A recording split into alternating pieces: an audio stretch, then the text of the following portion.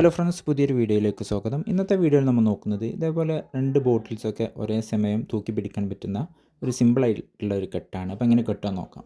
അപ്പോൾ നമ്മൾ റോപ്പ് ഉപയോഗിച്ചിട്ട് ഇതേപോലെ ഒന്ന് ട്വിസ്റ്റ് ചെയ്യുക.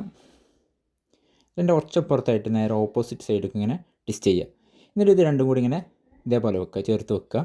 എന്നിട്ട് ഈ ഭാഗം 2 ഭാഗങ്ങളും ഓപ്പോസിറ്റ് സൈഡിലേക്ക് അതിനെ പുറത്തേക്ക് വലിക്കുക.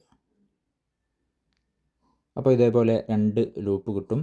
അപ്പോൾ നമ്മൾ ഈ ലൂപ്പ് ഉപയോഗിച്ചിട്ടാണ് ആ ബോട്ടിൽസ് കെട്ടുന്നത്. അപ്പം ഇനി നമ്മൾ 2 ബോട്ടിൽ ഇങ്ങനെ എടുത്തിട്ട് ഇതേപോലെ വെക്കുക, ഒരുമിച്ച് വെക്കുക. എന്നിട്ട് ഈ 2 ലൂപ്പ് ആ ബോട്ടിലിൻ്റെ ആ ടോപ്പ് വരുന്ന ഭാഗത്ത് വെക്കുക.